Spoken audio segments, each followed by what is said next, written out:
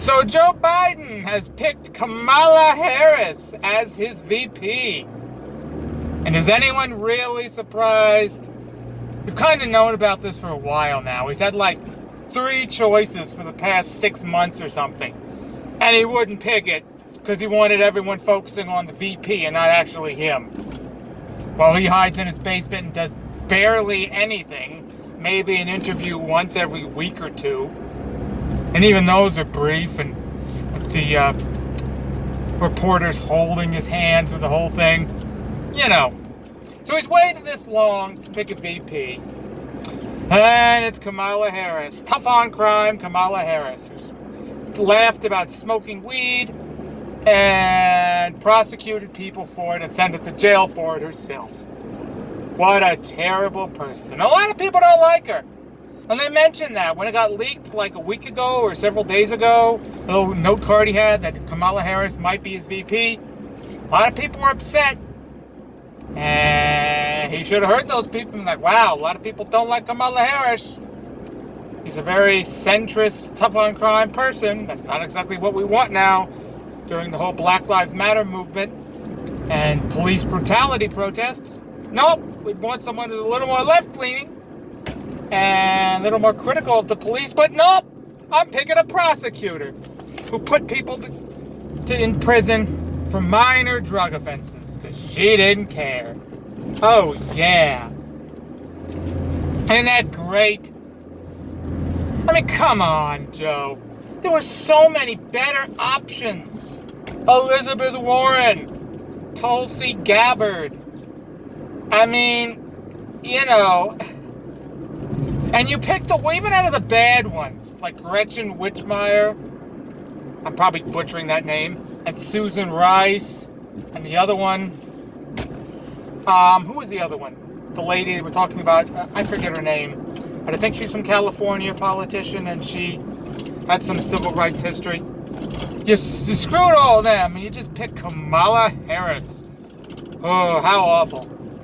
Fits just like Joe. She's awful, he's awful. And I honestly can understand, though, why he picked her. Because she's very professional, and she had a long history. So if he dies or anything, or steps down, she'll become president. Yeah. Which is awful.